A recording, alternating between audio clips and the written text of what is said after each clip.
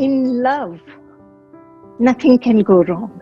Otherwise, it's not love. I think people are bored. They need entertainment.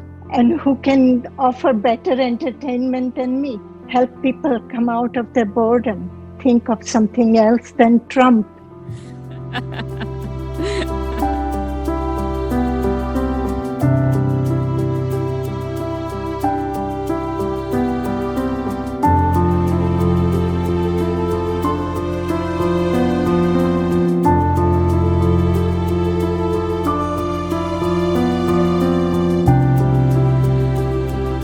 So the Sheela that we have seen on television, especially in the documentary in Wild Wild Country, where not only are you taking on, a lot of people, you're taking on people. You took on so many people. You were always sort of fighting attitudes, and you were pushing back. You were pushing back against questions. You were pushing back against opposition. Was that Sheela, the Sheela inculcated by your family, who encouraged rebellion, who nurtured you a lot? Or was this the Sheela that was groomed as her role as a secretary in Rajneeshpuram to defend it? It is a combination. There is no separation. What I learned from my parents gave me the understanding to learn from Bhagwan, and Bhagwan brought out the potential which was in me through my parents to go out and be bold. He trained me how to be bold. So he did train you how to be bold, and bold you were, and people could take lessons in that.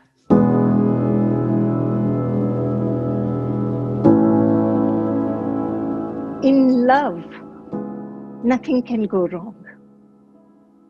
Otherwise, it's not love. Where the love gets infested is with expectations and desire to gain. When love becomes a barter, it becomes give and take, then the confusion comes. When love becomes a place of security, then it has gone wrong already.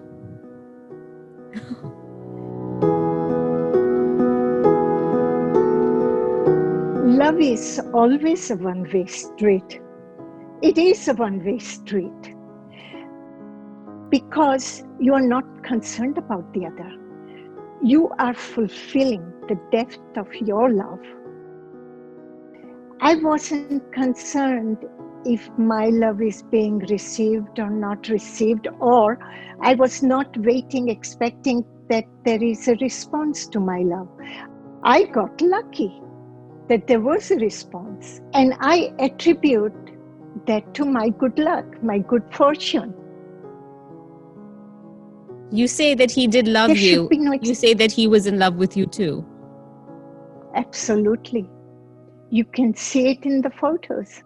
You've experienced love and devotion for a very charismatic leader who had a big spiritual message for the world and who a lot of people really believed in. And even today they listen to his quotes and his teachings.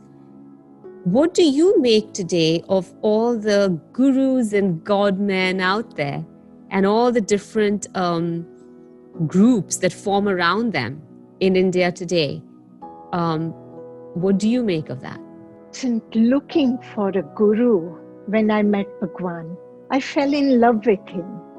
And I have no interest in any other either. Nor am I looking for spirituality or enlightenment.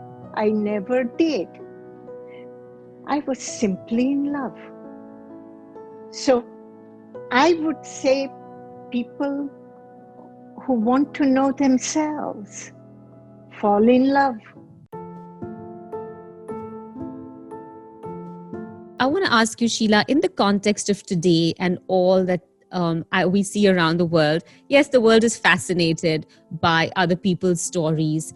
It has happened, and it is happening, that young men and women I will say, are taken into the fold of a very charismatic leader.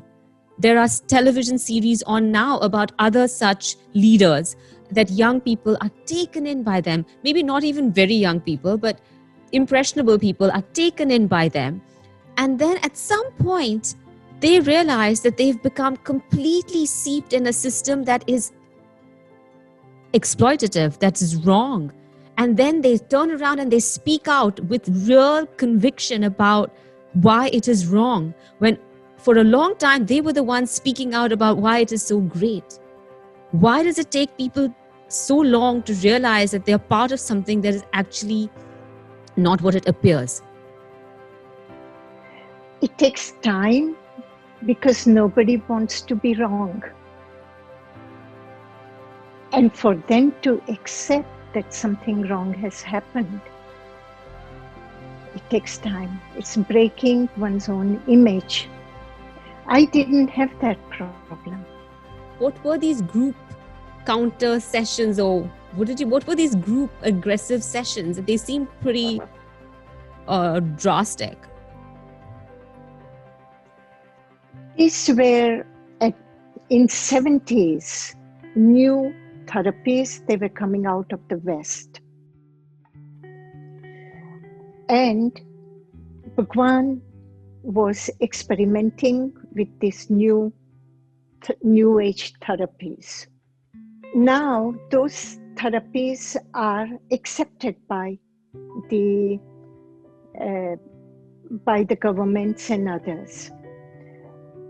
When they were being used in Pune Ashram, where they began, Bhagwan allowed freedom to the therapist to experiment.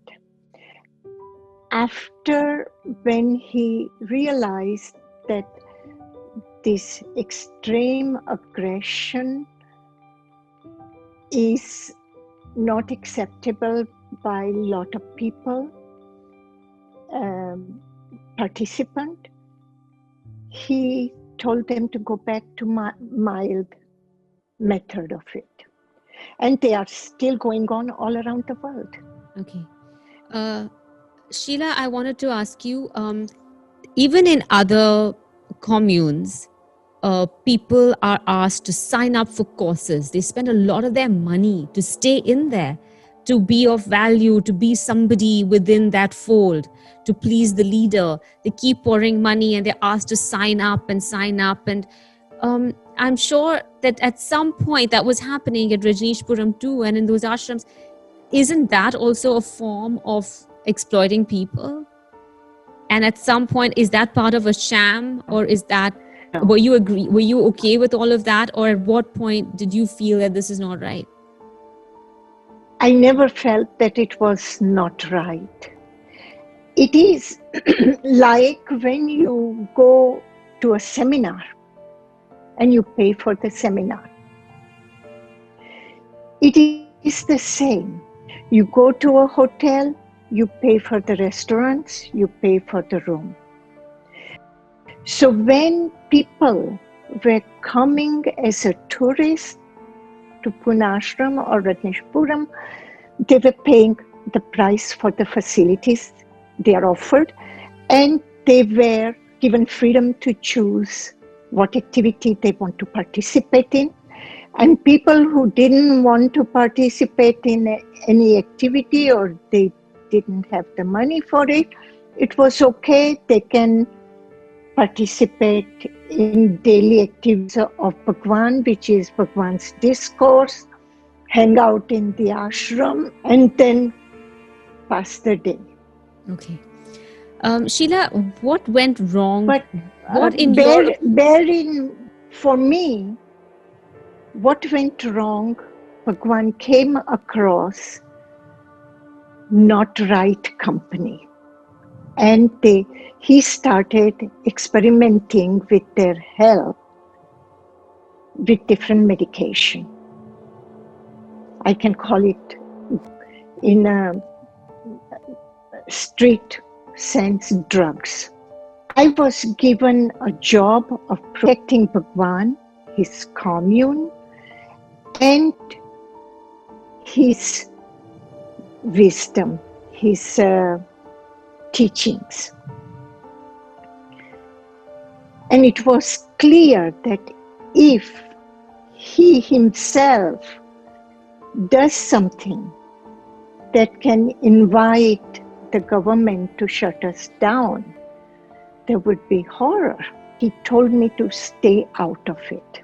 So then I was not ready to take responsibility. And I said, if I'm going to work for you, then I want to be 100% and not just selective. And that's when I chose to leave.